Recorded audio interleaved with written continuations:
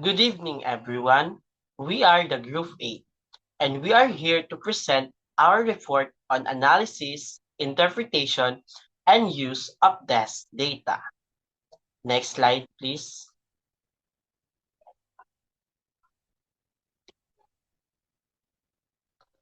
Let us start by introducing ourselves. First, my name is Gilbert A. Acebo, and these are my co-members. Magalion Achilet, Sausal Jassel May, Galindo Mayfield, Frantilia McWilbur, and lastly, Mangakop Karen Joy. Next slide, please. In this lesson, you're expected to analyze, interpret, and use test data applying A. Measures of central tendency. B. Measures of variability. C. Measures of position. And lastly, letter D. Measures of covariability. Next slide, please. So, this is my topic, measures of central tendency. Next slide, please. What is measures of central tendency? The word measures of central tendency means the central location or point of convergence of a set of values. The scores have a tendency to converge at a central value. This value is average of the set of scores. In other words, a measure of central tendency gives a single value that represents a given of scores. Next slide, please.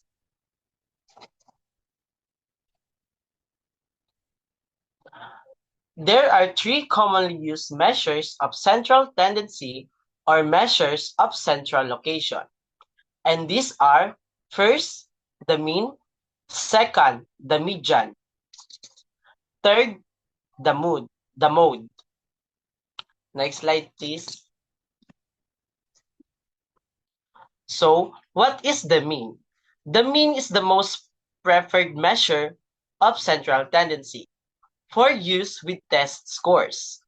It is also referred as the arithmetic mean. The computation is very simple.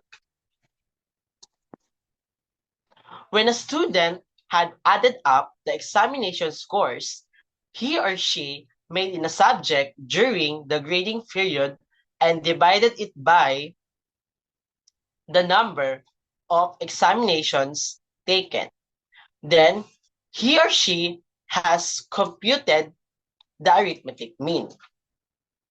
So, for the next slide, please. So, the formula of the mean is x bar is equal to the summation of x over the n, where x bar is the mean, summation of x is the sum of all scores, while the n is the number of scores in the set. Next slide, please. So as you can see, in the table 8.1, these are the scores of 100 college students in a final examination.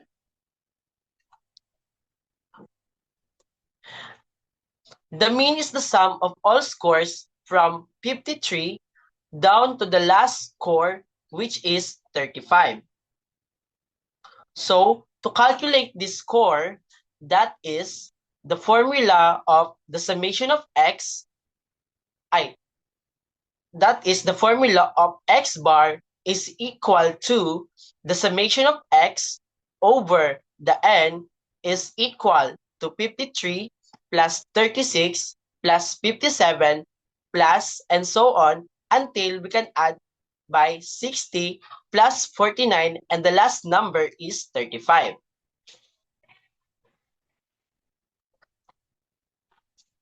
We have many ways of computing the mean. The traditional long computation techniques have outlived their relevance. Due to advancement of technology and the emergence of statistical software. Using your calculator, you will see the symbol X bar or the summation of X. Just follow the simple steps indicating in the guide. Next slide, please.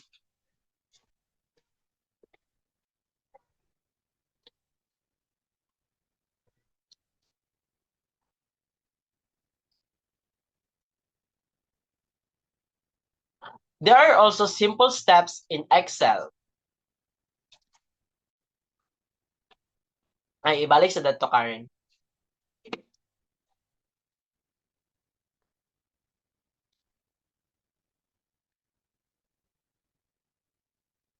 There are also simple steps in Excel. Different versions of the statistical software, or let's just call it SPSS, of the fastest way of obtaining the mean, even with hundreds of scores in a set. There is no loss of original information. It's because we are dealing with original individual scores.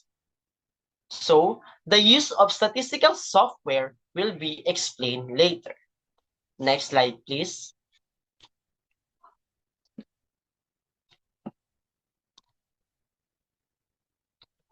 Table 8.2, frequency distribution of group test scores.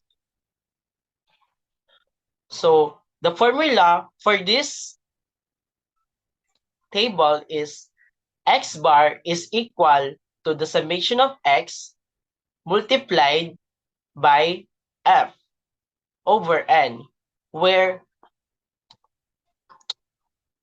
the summation of X interval is the midpoint of the class interval. F is the frequency of the class interval, and N is the total frequency. In the traditional way, it cannot be argued that we can see at glance how scores are distributed among the range of values in a condensed manner. We can even estimate the average of the scores by looking at the frequency in each class interval.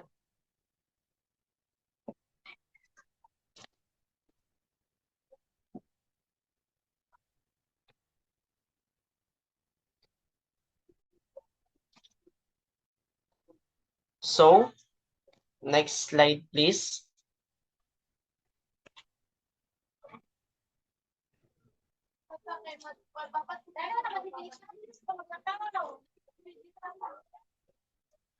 The easiest way to use SPS by simply following these steps. Step 1. Open the data editor window.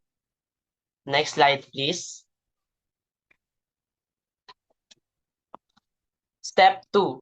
On the menu bar, click Analyze and Descriptive Statistics, then Frequencies. Next slide, please.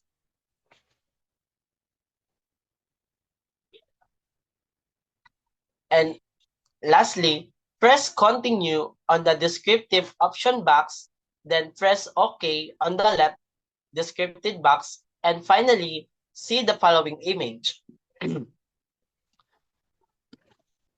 For the descriptive variables is equal to scores, statistics is equal to mean, standard deviation, minimum, or maximum.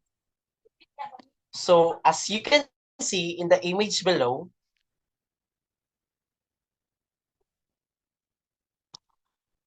this is the table of descriptive statistics. So, for the score, which is 100 ang iyang N, since 100 man tanan ang scores sa college students. So, for the minimum is 21, the maximum is 79, and the mean is 47.15. And the standard deviation is 10.57954. Next slide, please. What is the median? The median is the value that divides the rank scores into halves or the middle value of the rank scores. If the number is odd, then there is only one middle value that gives the median. Next slide, please.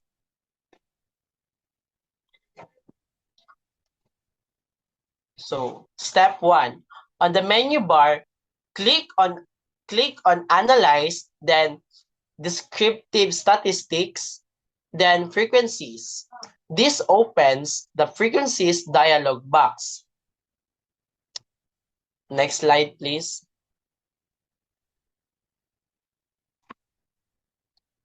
Step 2. Click on the desired variable name in the left box. In the dataset, let us consider the test scores also in table 8.1. Move your cursor to statistics and the frequency statistics. Move your cursor to statistics and the frequency statistics box will pop up and we can click the median. Next slide, please.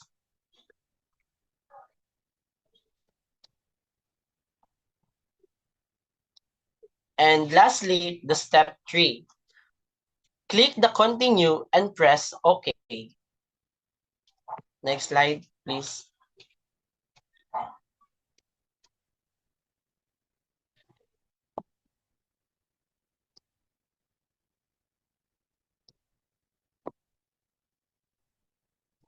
So as you can see in the table 8.2,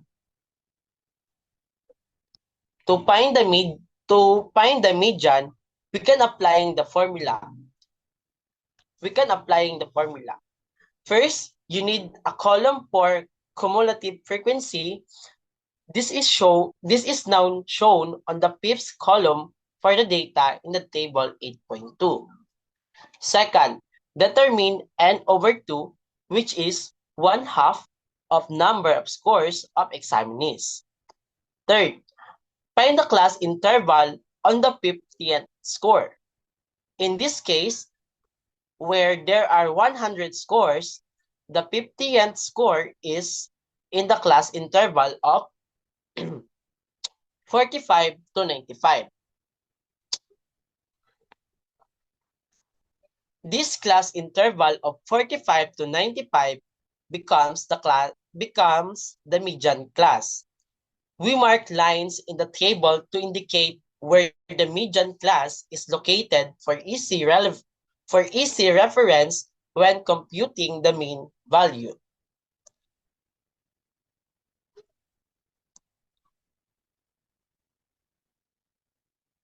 So, by the way, this formula below the table will help you to determine the median.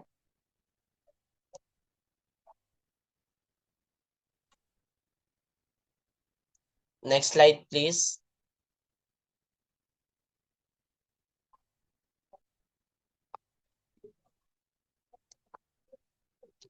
What is the mode?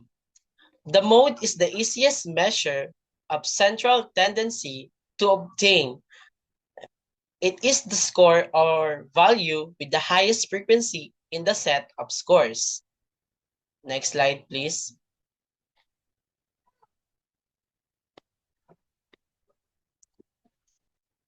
So in the picture,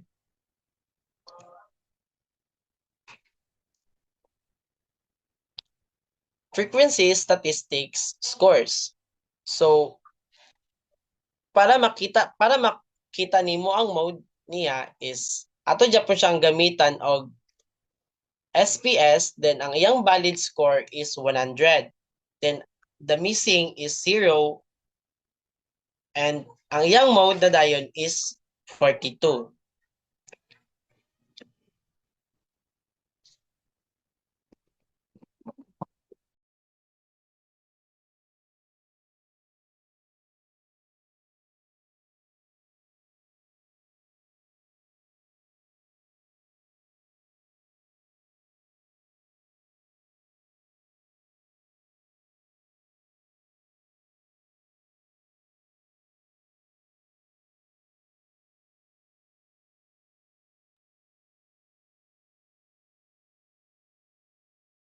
So, good evening once again, everyone. I am the next presenter, Achilet Grace Magalion.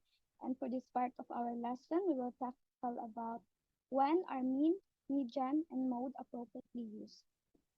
To understand the comparison of the three measures of central tendency, it is important to first consider the level of measurements, as it guides us how to interpret data from variables like vocabulary, spelling, and socioeconomic status and help us determine appropriately descriptive statistic for analysis. Next slide, please.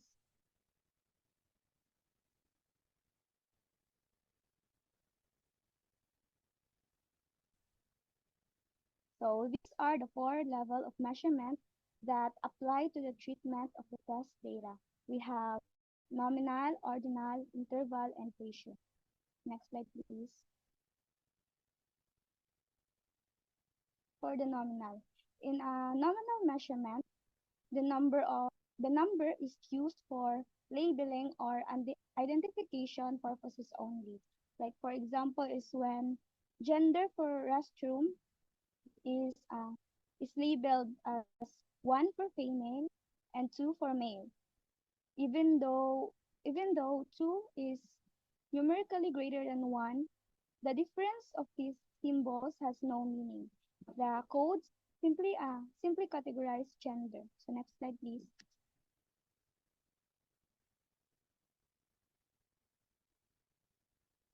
The ordinal level of measurement. It is used when the values can be ranked in some order of characteristics. For example, is the academic ranks, like first honor, second honor, and so on. Next slide, please. The interval level of measurement, which has the properties of both the nominal and ordinal scale. So, ang example ani is the temperature measured in Celsius, such that the difference between 20 Celsius and 30 Celsius is the same as between 30 and 40 Celsius. Next slide, please.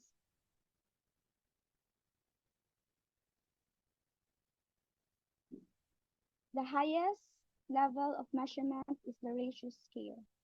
As such, it carries the properties of the nominal, ordinal, and the interval scale.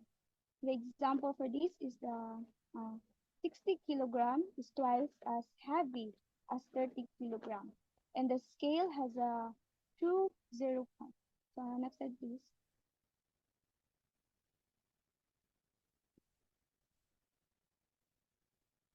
Now let's talk about which measure of central tendency should we use. Do we have to use all the three since the statistic program can automatically give the three measure of the easiest way? Now let's find out. Next slide, please.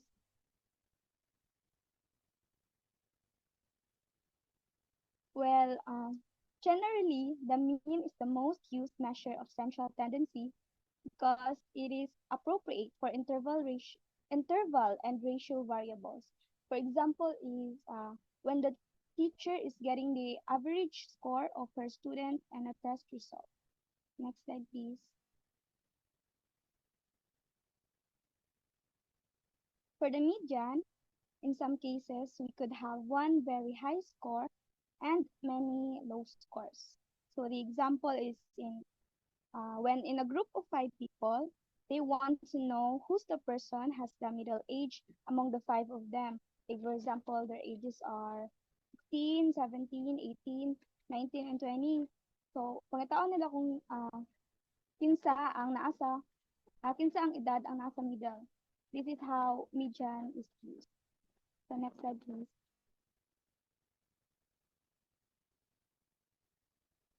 So, the mode.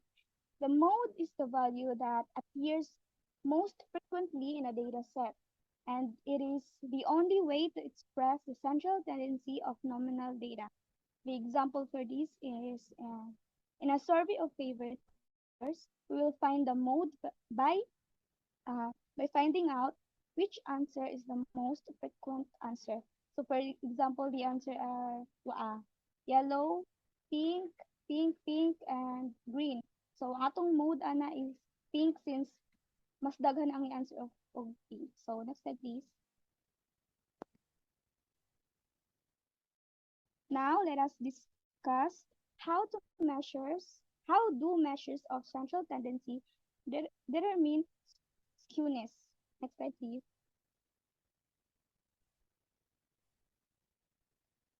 The mean, median, and mode can be prepared if derived from the same distribution. In a perfect symmetrical distribution, they have the same value, with the median falling between the mean and mode, as shown here in our figure 8.1. Next slide, please.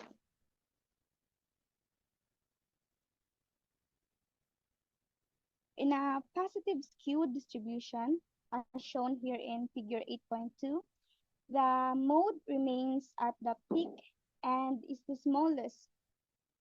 The mean is pulled toward the higher scores, becoming the largest, with the median falls between mode and mean. Next slide, please.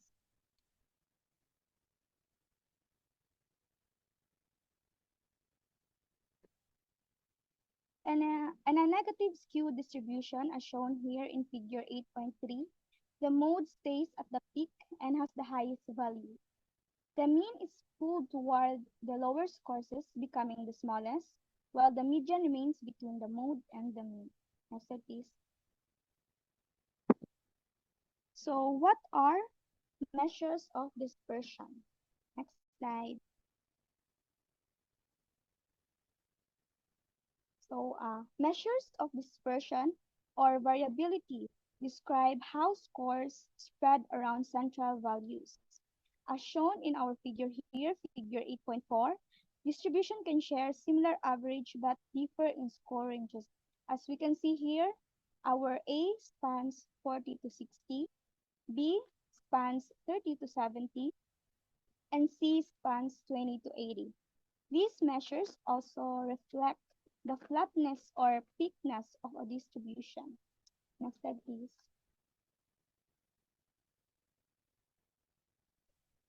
So what is range?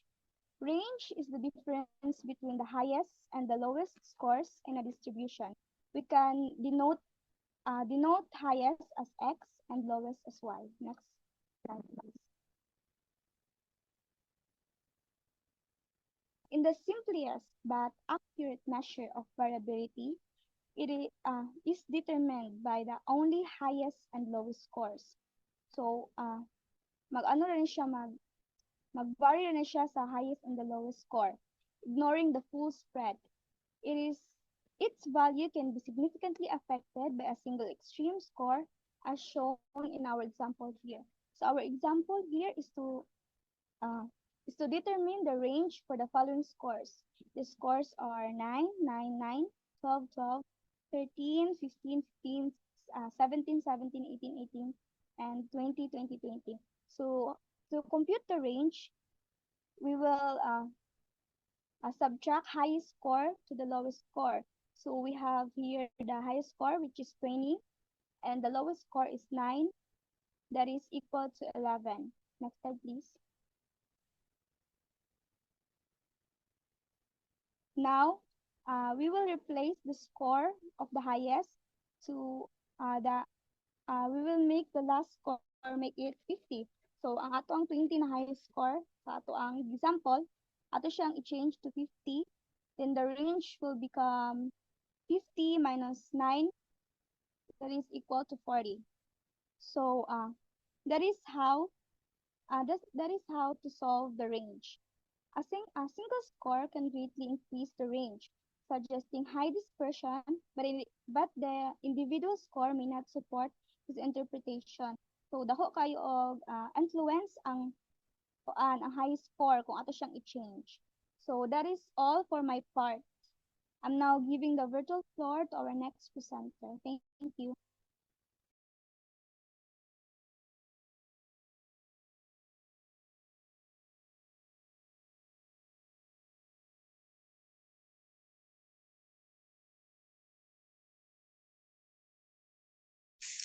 Hello, makita nga nag-on cam.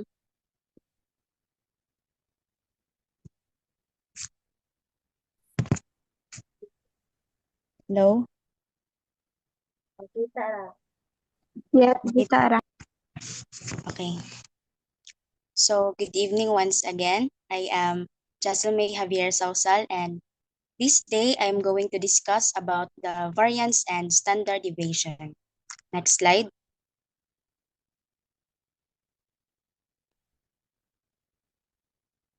So first, let us define variance and standard deviation. So variance, so it is a measure of how spread out or scattered the data points are from the average or the mean.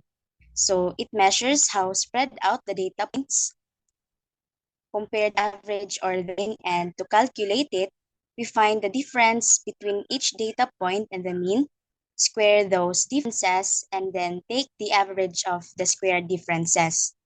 The greater the difference, the more spread out the data is.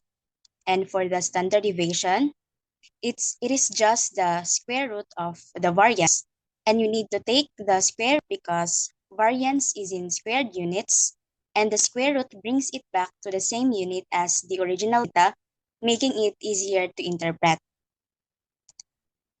So in simple terms, variance gives us a sense of how much the data is spread out overall, while the standard deviation gives us a more straightforward, user-friendly measure of that spread. Next slide.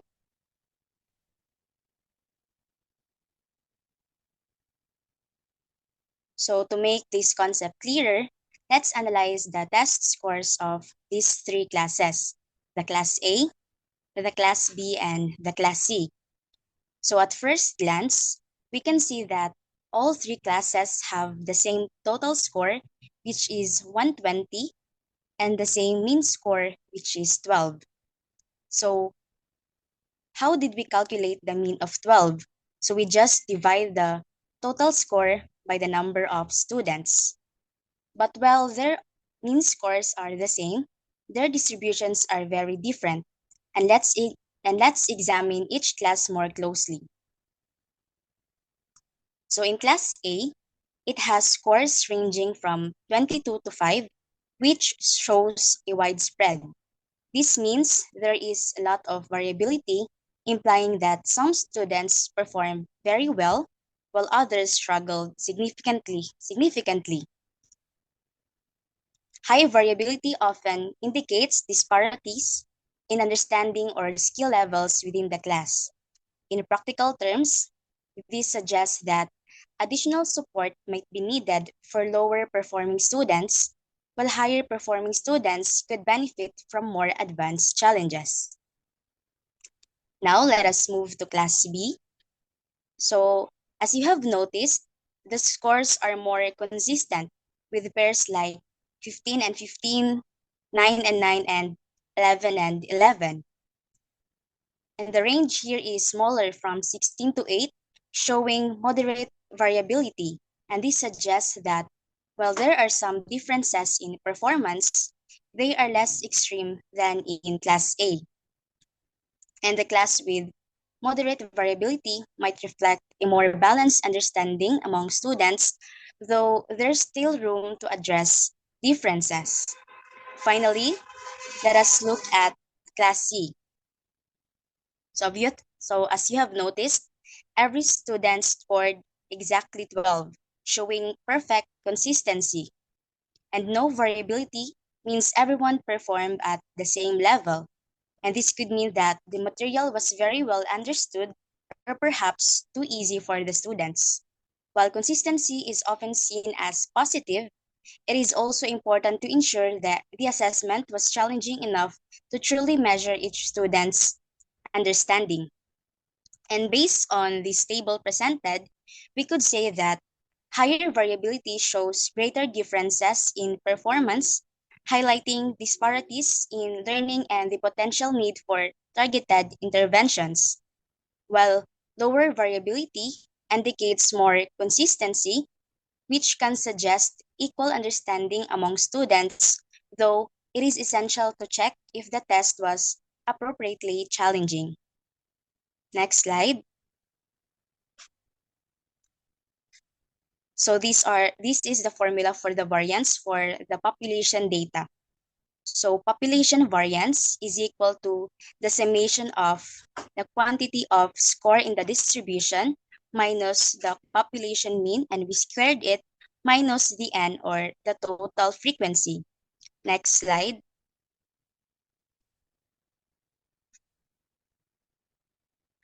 So we have also the formula for the variance for sample data. So sample variance is equal to the summation of each data point minus the sample mean and squared it over n minus 1, or where n is the total number of data points in the sample. Next slide. So formula for the standard deviation for the population data. So population standard deviation is equal to the square root of the summation of the quantity of the score in the distribution minus the population mean and squared it over n, which is the total frequency. Next slide.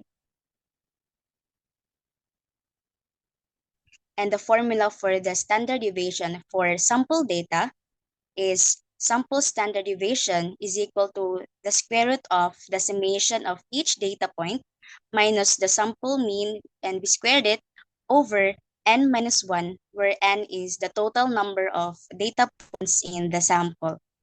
Next slide. So this is also the formula when estimating the value of O, or the population. S, or standard deviation, is equal to the square root of the summation of the quantity of row score minus mean score, and you squared it over n minus 1, where n is the number of scores in the distribution. So as you have observed, there are formulas for population and sample data for variance and standard deviation. When you are working with data from the entire group, you are studying like every single individual in your population, you can use the formula for standard deviation and variance for population data. But if you're dealing with just a subset of that population, which represents the whole group, then you'll use the formulas for sample data instead. Next slide.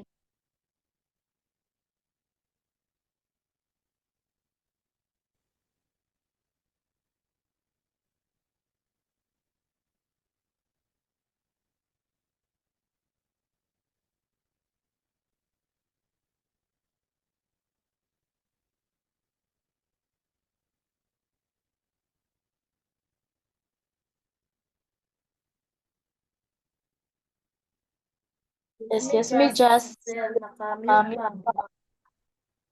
Ay, balik. Ay, ipakat na lang ni Apil. Sige, isa. So the table presented demonstrates how we calculate variability for two classes, which is the class A and the class B, by analyzing how far each student scored from the mean, which is 12, and then squaring those differences. So we have the first column under the class A, which is scores. And these are the individual scores of the students in each class. For both class A and class B, the average score is 12.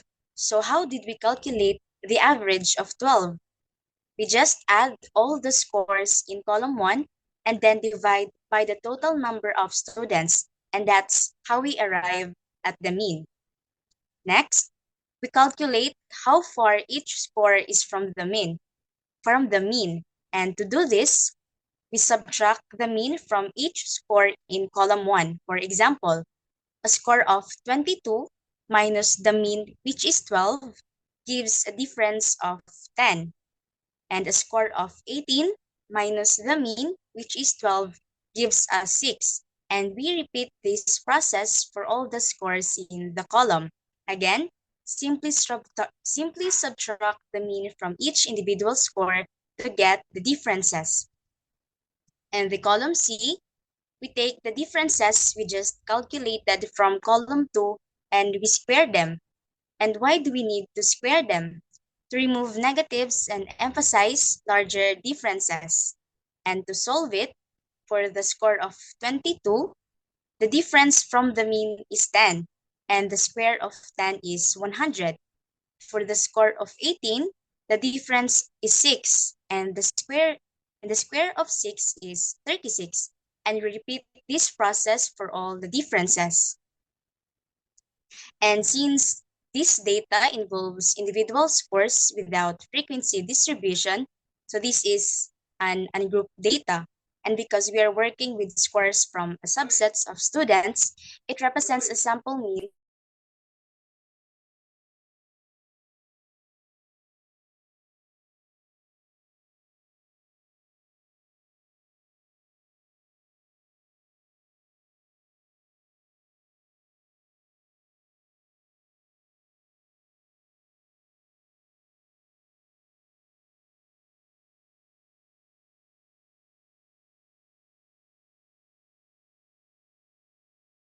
Day, balik ko.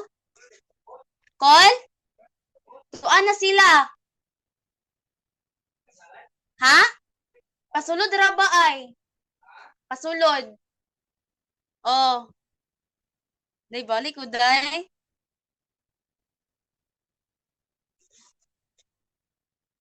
Balik na lang ka. Sa mukha to, eh. Sige. Ay, ayo na dira. Dito sa pikas. Sige.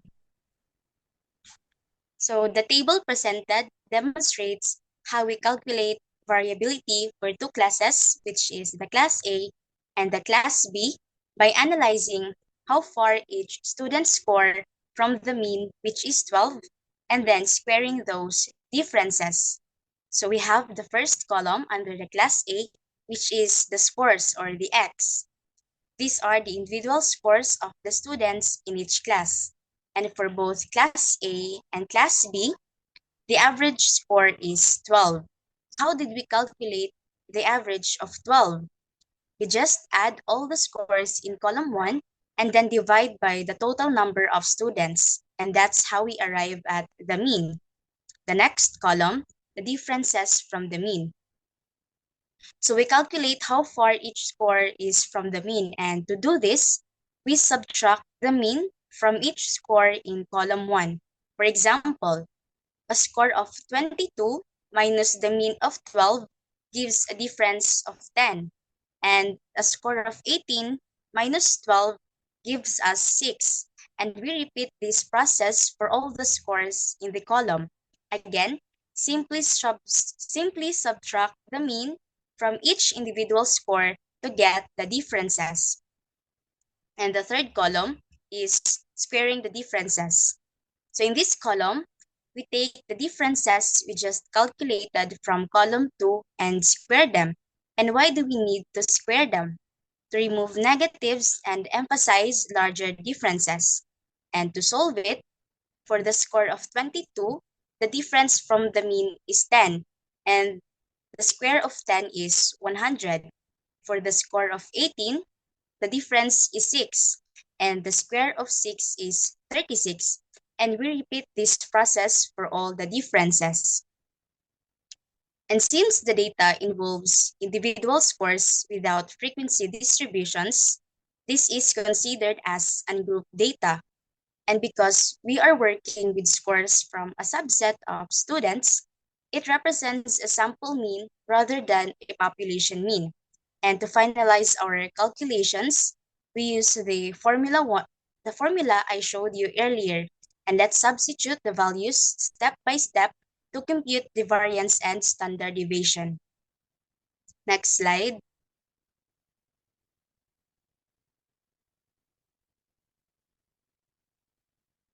So to find the variance, we take the total or the summation of all the squared differences and divide it by the total number of data points minus 1. And since there are 10 data points, so 10 minus 1, so we divide it by 9.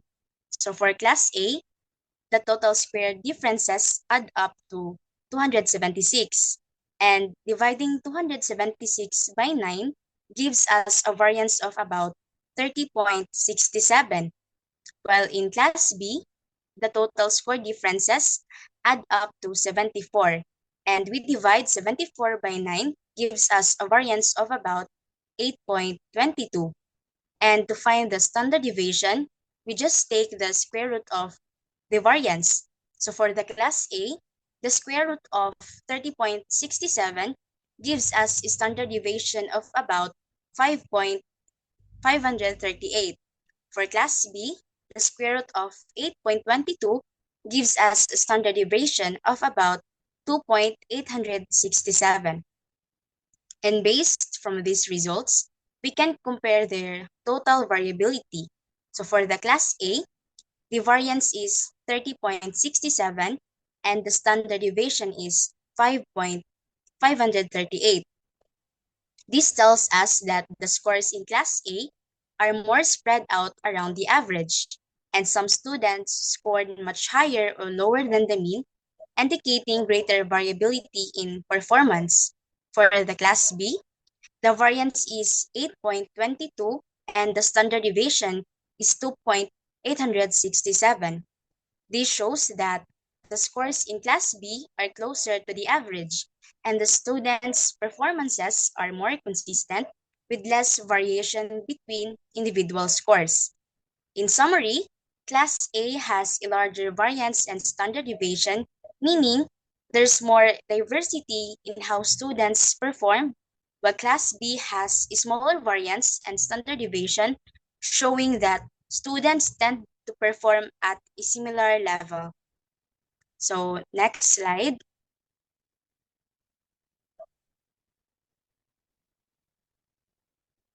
So as you may have noticed, solving variance and standard deviation manually takes a lot of time. But there are options actually for you not to solve it manually. And you can still solve the variance and standard deviation using your scientific calculator. So these are the steps in calculating the variance and standard deviation using your scientific calculator. So first is press the mode button, select stat, which is number 2 in your scientific calculator, and then choose 1 minus var, which is also number 1 in your scientific calculator.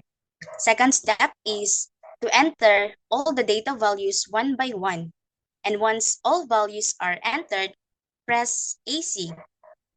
Next, press Shift, then Stat, which is also number 1, and select var, which is also number 4. And finally, select 4 to get the standard deviation and just squared it to get the variance. So next slide.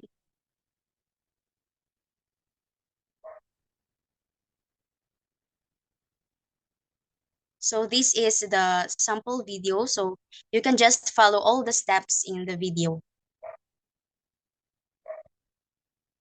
Pa-play ko, Karen.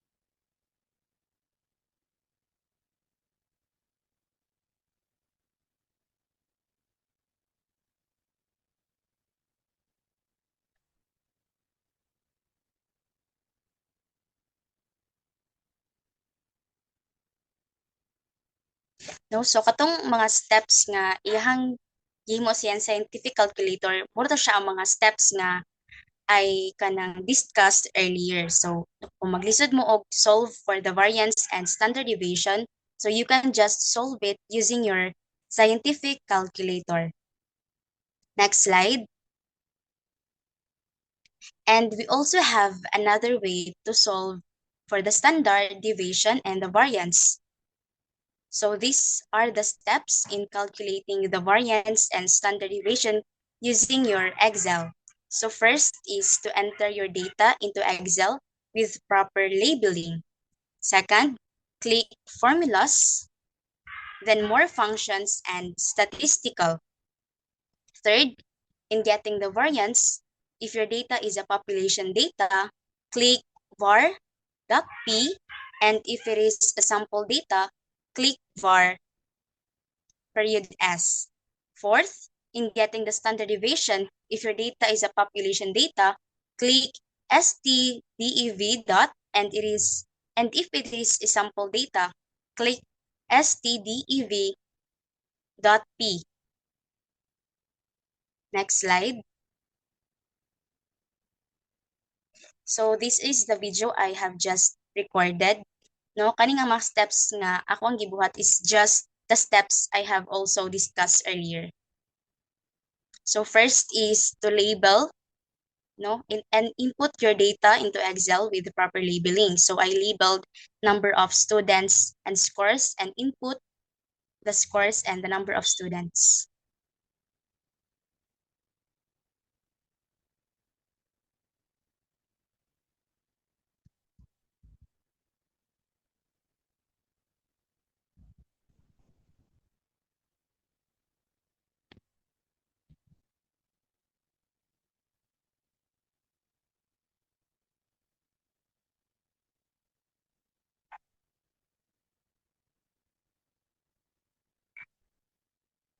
So after, click the formulas, then more functions and statistical.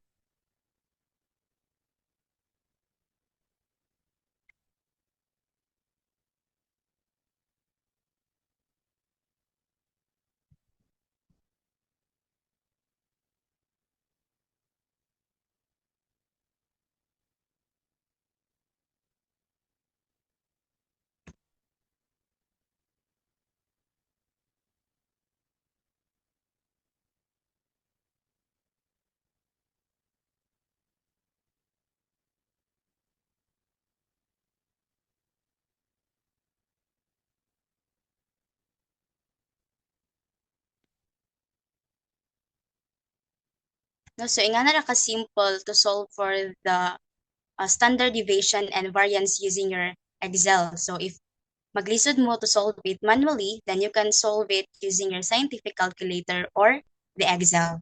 So next slide.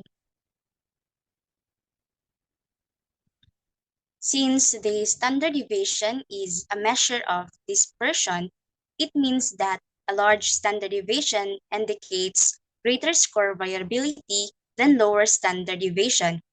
If the standard deviation is small, the scores are closely clustered around the mean, or the graph of the distribution is compressed even if it is asymmetrical or skewed.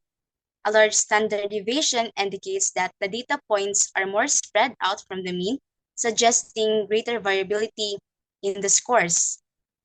Conversely, a small standard deviation means that the data points are tightly grouped around the mean, showing less variability. And that ends my part. I am giving the virtual floor for the next reporter.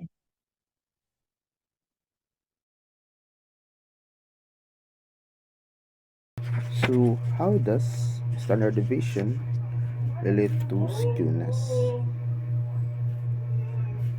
So, in the preceding discussion, we determined the skewness of distribution only graphically. So, standard deviation provides an application to determine the degree of skewness of this course through a coefficient of skewness formula. So, the formula, this skewness or skewness formula is SK equal T open parenthesis mean minus median over standard deviation. So earlier discussion on how relationship of measures are of central tendency are related to symmetry and skewness of the distribution. Above, the formula further tell us that if the mean and the median are equal, skewness will be equal to 0. Therefore, the discussion will be symmetrical, and the difference between mean and median moves farther from 0. The coefficient of skewness changes to either lower or higher value. So what are the measures? What are the measures of position? While the measures of central tendency are measures of dispersion are used often in assessment. There are other methods describing data distribution such as using measures, position, or locations. So what are these measures? First are quartile, second and decile, and lastly are percentile. So let's tackle about the quartile. So quartile is a statistical term that describes a division of observation into four defined intervals based on the value of the data and how they compare the entire set of observations. So quartile also used as measures of spread of data and interquartile range. IQR, which is simplified difference between the third and the first quartile. Half of this gives semi-interquartile range or quartile deviation. So let's move to how quartile will solve. So we have example 90, 85, 85, 86, 100, 105, 109, 110, 88, 105, 100, and 112. So the procedures of the quartile is first, arrange the scores in decreasing order. So second, from the bottom, find the points which 25% of the score value and 75 score values fall. Find the two scores in each points determine first quartile and third quartile respectively. So the fourth one is find the Q using the formula. So the formula of that is the formula of that is in the early discussion is skewness equal the mean minus the median. So applying these steps in above example we have. So the upper half, which is the 75%, and the other half is which is 25%. So the upper half is 12, 112, 110, 109, 105, 105, and 100. And the lower half, there are 100, 90, 88, 86, 85, and 85, which is the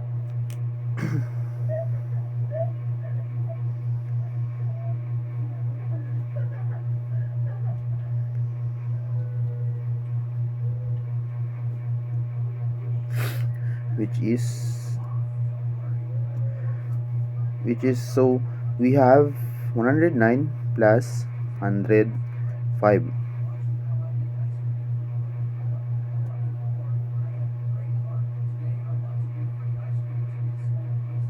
divide 2.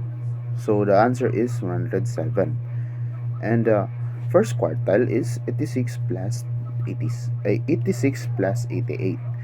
Divide 2 equals 87. So the example above that we will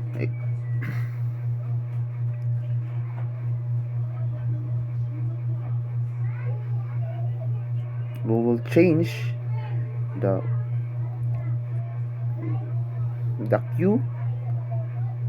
I will change the 107 into the upper half, which is the mean, and the median is 87. Divide 2 equals 10. So we find the q, which is 10. So that's it. So let's move on to decile. Decile, it divides the distribution into equal 10 parts or 9 deciles, so that 10% of distribution are equal to or less than decile 1. So a student's whose mark is between the first and the second decile is in the decile 2, and the one whose mark in above the ninth decile belongs to the decile 10. If there are a small number of data values, decile is non-appropriate to use. So let's move on to percentile. Percentile, it divides the distribution into 100 equals part, the same manner of percentile. There are 99 percentiles, which that 1% of the scores are less than the first percentile. 2% of the scores are less than the percentile, and so on. So what is coefficient of variation as measure of relative dispersion? With one that the range, see me enter quartile range or quartile division, and the quartile division discussed earlier are expressed in the unit's original scores. Thus, they are measures of absolute dispersion. So coefficient of variance formula. This is simply the ratio of standard deviation of a distribution and mean of the distribution, that is CV equals, so CV is equals to percentage of value over standard deviation times 100. So the formula above indicates that coefficient of variation is a percentage values. Thus, in the mean score, the student's mathematics is 40 with a standard of deviation of 10. Then the coefficient variation is computed as CV 10 over 40 times 100, which is 0.25. So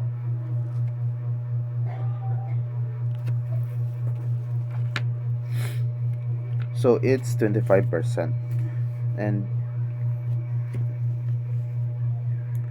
And supposed to the mean score of students in science is 18 with standard deviation of 5. The coefficient of variance is CV equals 5 over 18 times 100. So the answer of that is 0.277, equals to 28%.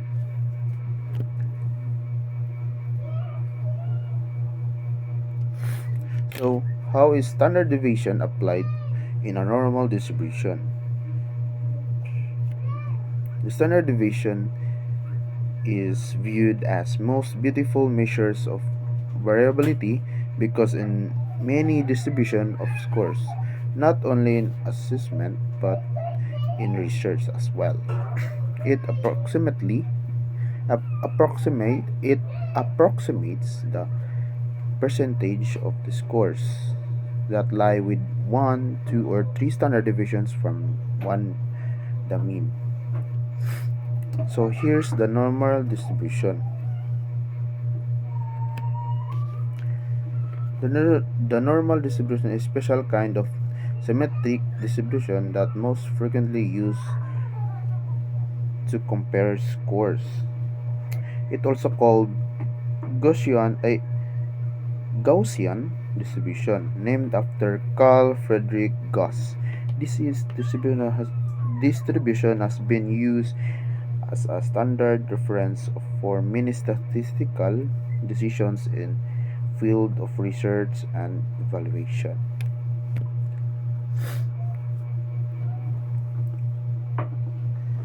So here's the area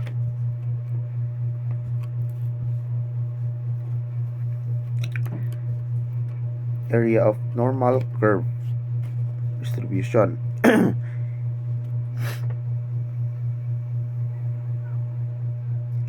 So normal distribution, the standard deviation becomes more useful because it is used to determine the percentage of scores that fall within a certain number of standard deviation from a mean. As a result of many experiments, empirical rules have been established pertaining to the areas of under normal curve assessment area, and the curve refers to the number of the scores that falls within specific standard deviation with mean scores. In other words, each portion under curve contains fixed percentage of the cases as follows. So the 86% of the scores fall between standard deviations below and above the mean. So 85% of the scores will fall 2 standard deviation below the above the mean. And 99.77 the scores fall between 3 standard deviation below and above the mean. So this is the example. So we cannot see clearly. My apologies. So here's the 5 from a above figures that we can state properties of normal distribution. First, the mean, median, and mode are equal. They are all equal. Second, the curve is symmetrical.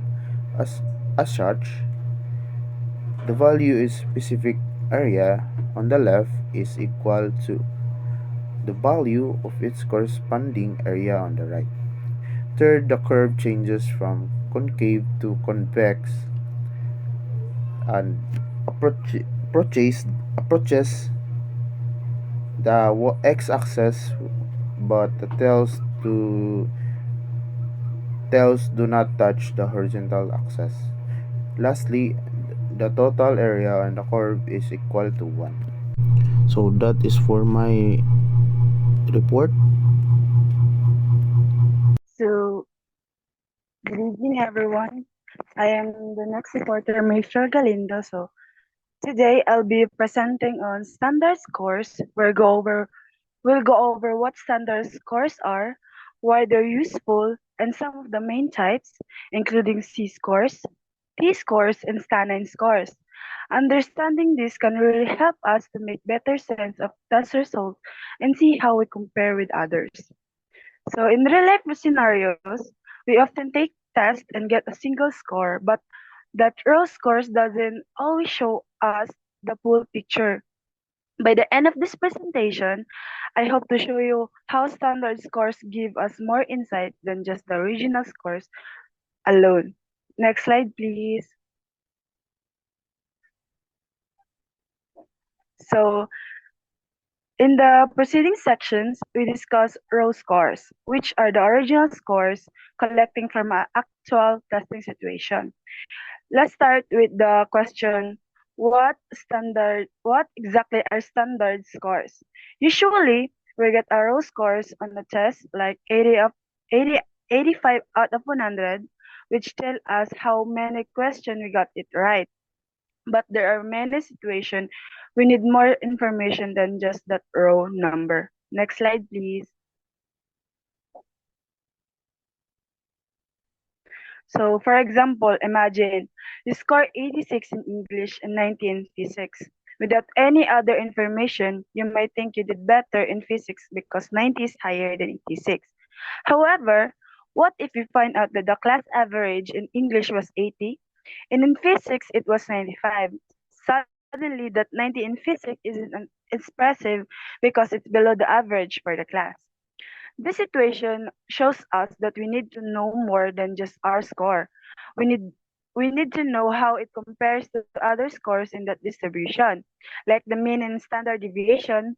Standard scores help us answer this question by converting our row scores into a form that considers the contents of the entire class performance. So next slide, please.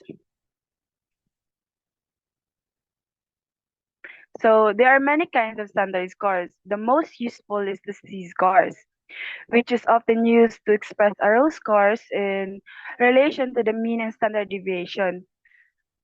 Standard deviations show us how spread out the scores are in the group. This relationship is expressed in the following formula. So the formula is Z equal X minus M over standard deviation. This formula gives us a way to express a score in relation to both the average and the spread of all the scores. Next slide, please. So a score of 86 in English indicates better performance than a score of 90 in physics. Let us support that standard deviation in English and physics are 3 and 2. Respectively, we can express these row scores as Z-scores. Next slide, please. So, in the Z-score is positive, it means the score is above the mean. If it's negative, the score is below the mean. Let's go back to the example where you score 86 in English and the class average was 80. If the standard deviation is 3, we can calculate your z-score as z equal 86 minus 80 over 3 equals 2. So your English score is 2 standard deviation above the mean, which show us perform quite well. On the other hand, let's say in physics, you scored 90 but the class average was 95 with a standard deviation of 2. In this case, your z-scores would be z9 equal 90 minus 95 over 2 equals to negative 2.5. This tells us that although 90 might look like a high score, it's actually negative 2.5 standards deviation below the mean for the class. So these scores help us see our performance in English is actually better than physics despite the raw score being lower. Next slide, please.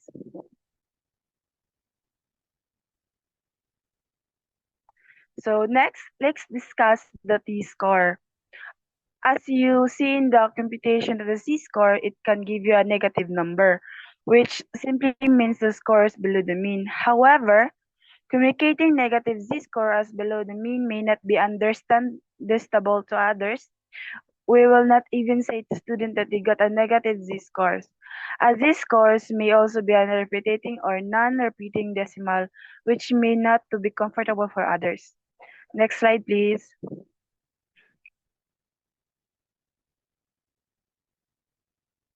So the formula is T equals 50 plus 10z, meaning a mean z-scores of 0 would be 50, and each standard deviation would increase or decrease the t-score by 10 points. Next slide, please.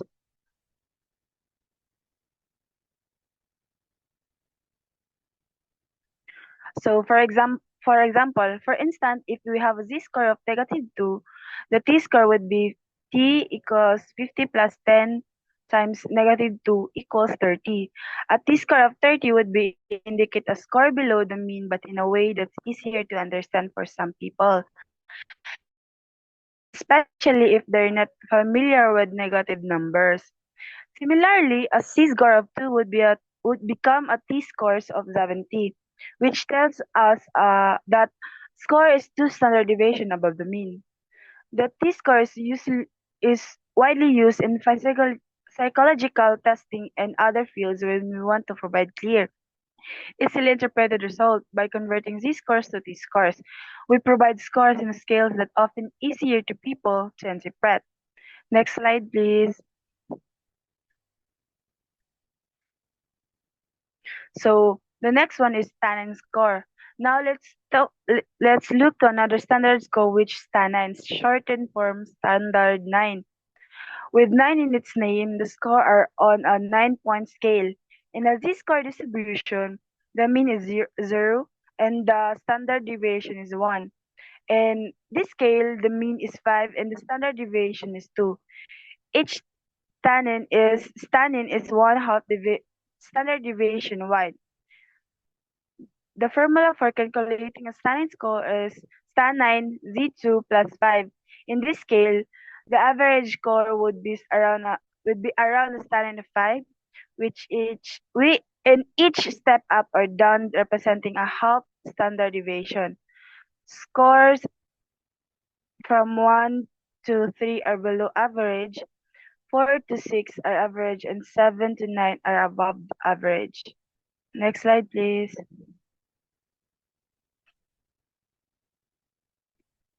So, for example, we have to go back to our English score with a z-score of 2. We calculate the stan9 score as stan9 equals 2 times 2 plus 5 equals 9. So this tells us that our score is in the highest root stan9, meaning it's significantly above average. Next slide, please. So, for example of this, scores in the standing scales have some limitations. Since they are in a 9-position scales and expressed as a whole number, they are not precise. Different z-score or t-scores may have the same standing score equivalent. Next slide. So, interpretation of standing scores. On the assumption that standing scores are normally distributed, the percentages of cases in each band or range of score in the scale. Finally, let's talk about standing scores. Each standing represents a different percentile range, which show us where a score falls in comparison to others. For example, a standing of 1 corresponded to the lowest 4% of scores, while a standing of 9 correspond to the top 4% scores. This means it's easy to categorize scores as low, middle, or high. So to wrap up, standard scores are a powerful way to interrupt test results. Unlike raw scores, standard scores are into account the average performance and the distribution of scores. So we can see where we really stand. We look at the 3 types today. The Z-scores, which is based on the standard deviation units, the T-score, which is a more user-friendly version of the Z-score, and the Stanine score, which please score on 9 on an 1.19 scales for easy comparison. Each of these scores have unique benefits, and they are all used in various testing situations, from school to exam to psychological testing. Thank you so much for listening. I give the virtual class to the next presenter.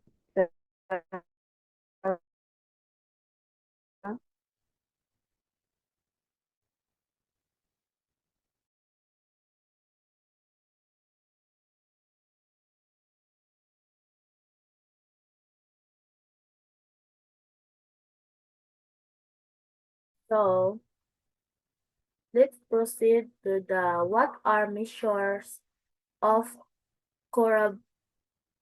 Isa pa. Ang mga tawa ko ay kadunggan ko.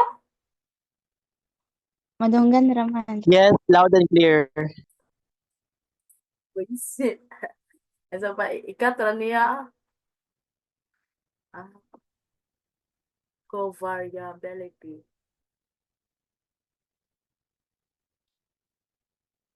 So, let's proceed to the what are measures of covariability?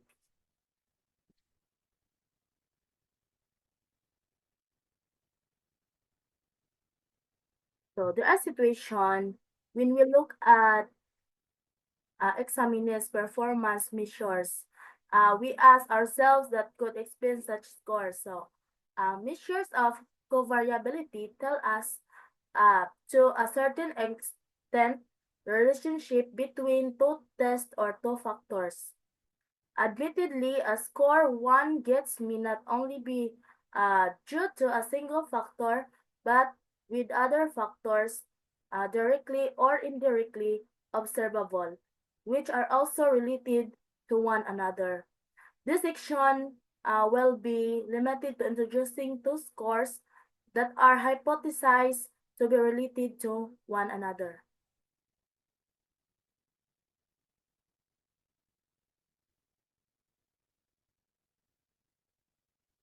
So, when we are interested in finding the degree of relationship between two scores, we are dealing with the correlation between two variables.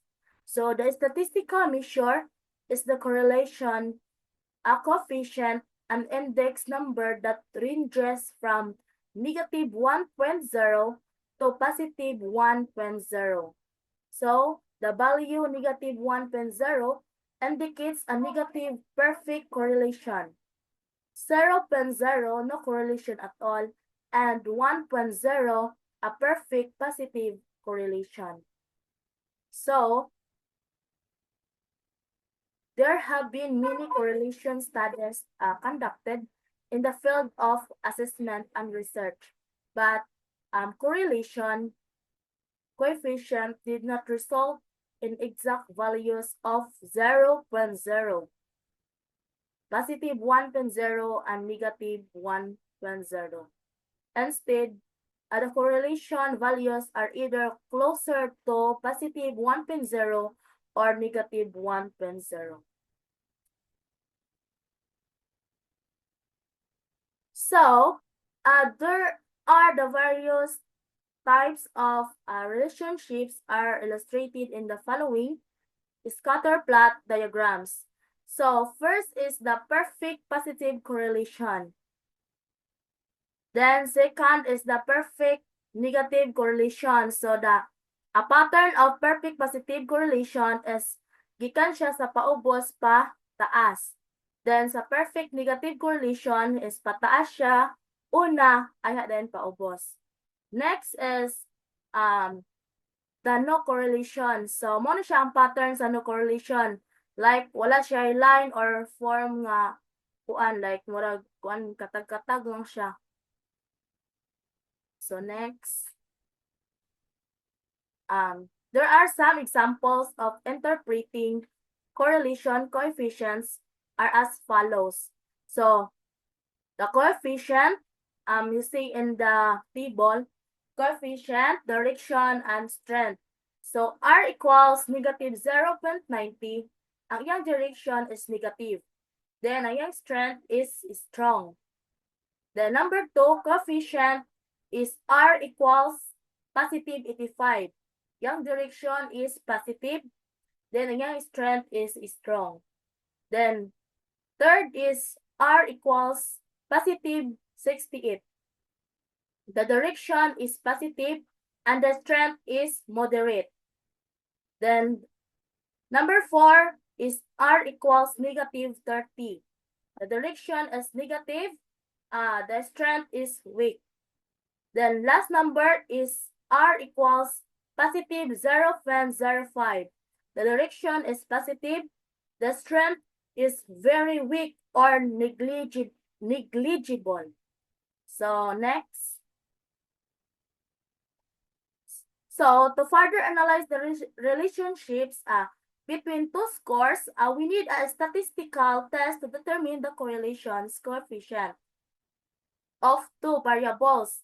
In actual practice, we deal with test scores so the data set is at interval and ratio level of measurements. Hence, commonly used statistical analysis is the person product moment correlation. There are different versions of the formula. So first formula is deviation score formula. So R is equal to the summation of X minus bar mean of the score times root score minus the mean score in the second variable. Divide by summation of square root of X, the root score, and minus mean score squared times Y minus mean score in the second variable squared. And N is equal to summation of xy over square root of summation x squared and summation of y squared. So where R is the correlation coefficient, the x is a root score and variable x, then the x bar mean score in the first variable, and y is the root score in the second variable. And lastly is y bar, mean score in the second variable. So note that in summation xy, x and y are division score from the var x and var y respectively. Next is the root score formula. So the root score formula is R is equal to n summation of xy minus summation of x and summation of y. Then over the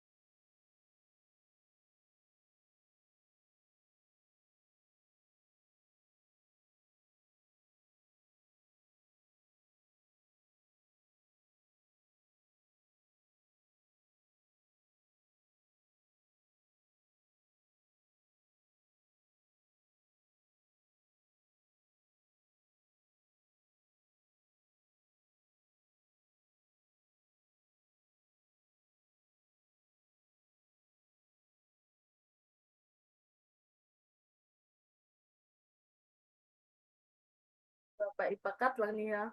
Balik ko sa root score. So next is root score formula. R is equal to n summation of xy minus summation of x times summation of y over square root of n summation of x squared minus summation of x squared times square root of n summation of y squared minus summation of y squared.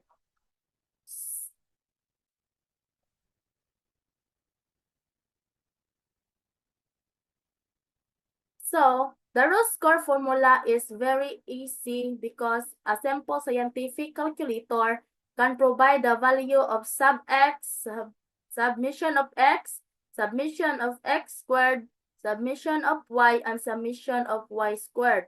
This formula has been introduced earlier in lesson 6 when you were taught on how to complete the reliability coefficient of scores. This is the same person R, but this time it is used to establish relations between two sets of data.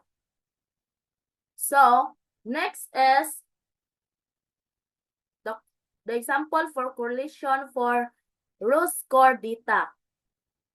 So, in the table below, column number 1 is X reading. So, nakita ninyo nga gibutang dira ang mga data. So, 2, 4, 6, 8, 10. So, napulo sila kabuok. Then, ang gibuhat ana, ang saan pagkuha is igon na sila giad. Giad 4 paingon sa pinakalas. So, ang summation of X is equal to 65. Then, sa Y problem solving, submission Y is equal to 77. And the X squared is summation of X squared is equal to 517. And the Y squared column is the total is summation of Y squared equals 641. And the XY is the summation of XY is equal to 548. So, para makasabot ta, so, input ni siya sa kuan. Gihatag nga formula sa row score formula. So, the N is the total of, kung pila to sila kabok is 10. 10. Then, ang XY niya is 548. Next is minus the X, summation of X and summation of Y, which is the summation of X is 65 and the summation of Y is 77. So over the square root of N, the X summation of X squared minus summation of X squared, and N summation of Y squared minus summation of Y power of squared. So, mo na siya ang total 5,480 minus 5,005 over the square root of 5,170 minus 4,225 times 6,410 minus 5,929. So, 5,480 minus 5,005 is equal to 475 over the square root of 945 times 481. So, kinahanglan man siya i-times nimo ang nasa sulod sa square root. So, 945 times 481. So, 945 times 481 is 454,545. So, square root of 454,545 is 674.19. So, i-divide mo na siya 475 divided by 674.19. So, the answer of the correlation coefficient is 0.7045. So, the above mathematical processes give our correlation coefficient of 0.705. Kay makuan man siya ma-round off between performance scores and reading and problem solving. this coefficient indicates a moderate correlation between performance in reading and problem solving. So, next is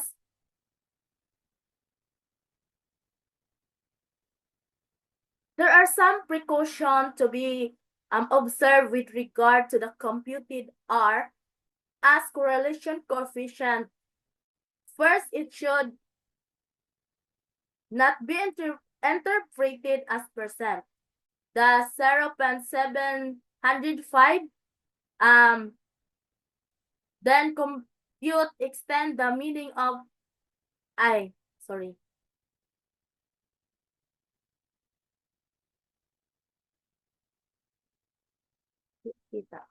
should not be interpreted as percent. The 0.705 should not be interpreted as 70%. So if we want to extend the meaning of 0.705, then compute for R squared, which becomes the coefficient of determination. So this coefficient explains the percentage of the variance in one variable that is associated with the other variable. Remember how variance and standard deviation were explained in the previous sections. Now, with a reference to the two variables indicated in table 8.3 and the computed R of 0.70 rounded off to the nearest hundreds and result to an R squared of 0.49, which can be taken as 49%. So, this can be interpreted as 49% of the variance in problem-solving test scores.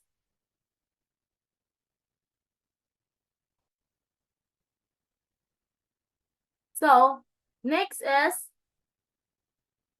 second, while the correlation coefficient shows the relation between two variables, it should not be interpreted as causation. Considering our example, we could not say that the scores in reading test causes 49% of the variance of the problem-solving test scores relationship is different from causation. So, let's see the figure 8.12. So, reading.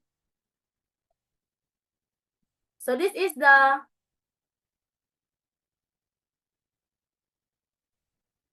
the figure 8.12 showing the covariation of performance in reading and problem solving. So the example in table 8.3 presented only the computation of 10 observation in actual class setting. You deal with bigger numbers of scores, especially as classes become larger. As such, formulas A and B, as stated above, will be difficult to use even with the scientific calculator. Again, statistical software as Excel and SPSS will help you out and find the correlation coefficient. The steps are simple.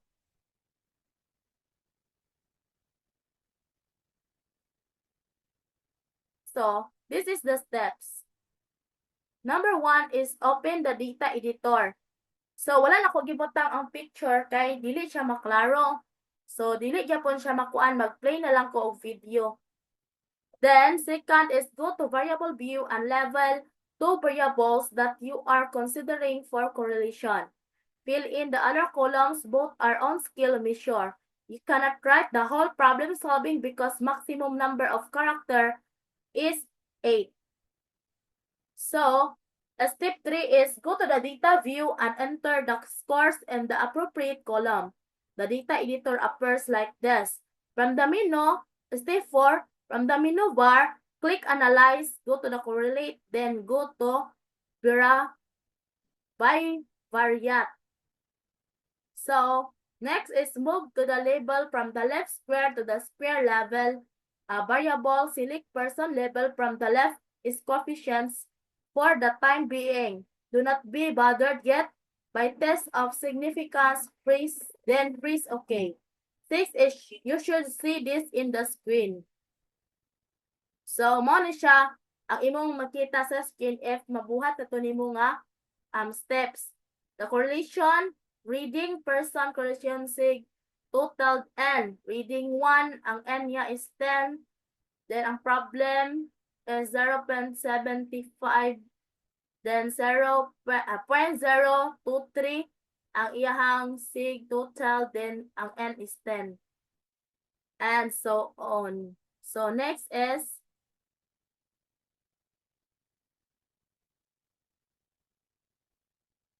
then you compare the highlighted value to the one we have done using the longhand row. Score formula. What did you observe? If you want to supplement your analysis with a scatter plot diagram, it is equally easy from step 3. Go to graph and choose scatter, then simple scatter. This should be appearing on the screen, then press OK. So, last is finally you get the graph. So, mo na siya guys yung makita nga graph. So, what do you think? Unsa siya klase nga types of relations? Perfect positive, perfect negative, or no correlation? So, next is the extent of correlation can be visualized and appreciated better in the above graph. If there are more pairs of test scores in the set, you may want to add more pairs of scores and work on them with Excel or SPSS. So, that's all for my report. Thank you.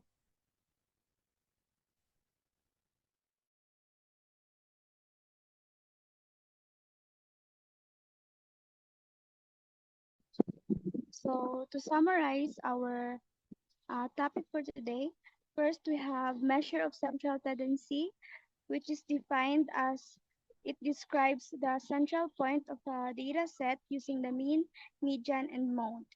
Mean is the average appropriate for interval and ratio data.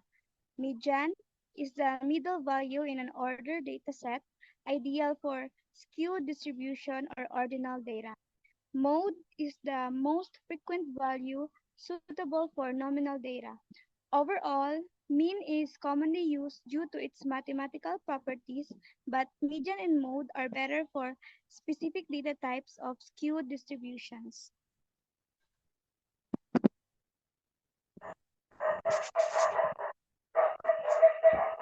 Okay, and for the summary of the topic about measures of variability, so it is defined as the spread or dispersion of data. The range, it is the difference between highest and lowest scores. The variance is the average of square deviations from the mean, and the standard deviation is just the square root of variance reflecting data consistency. In relations to skewness, standard deviation shows spread but not symmetry, while skewness complements standard deviation by measuring asymmetry, helping interpret distribution shape.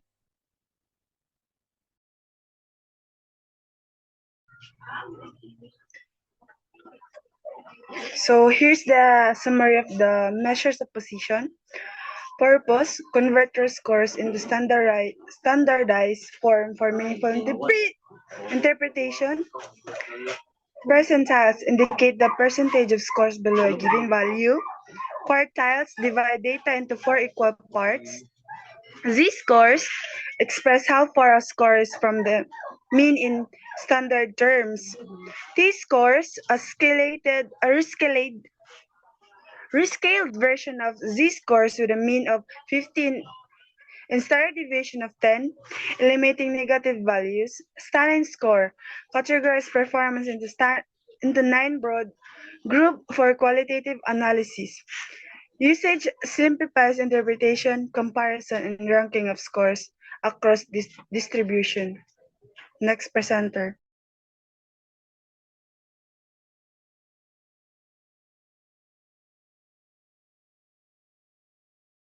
So next is measures of covariability. Definition is quantify the relationship between two variables using correlation. Correlation coefficient ranges from -1.0 is the perfect negative to positive 1.0 is the perfect positive, with 0.0 indicating no correlation. Person-product moment correlation uses division order score formulas to calculate correlation. Application helps assess relationships between tests or factors, providing insights into patterns and dependencies.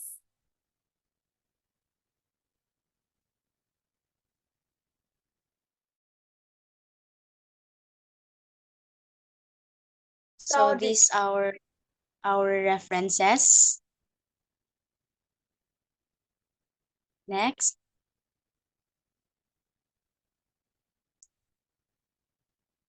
And that ends our overall presentation.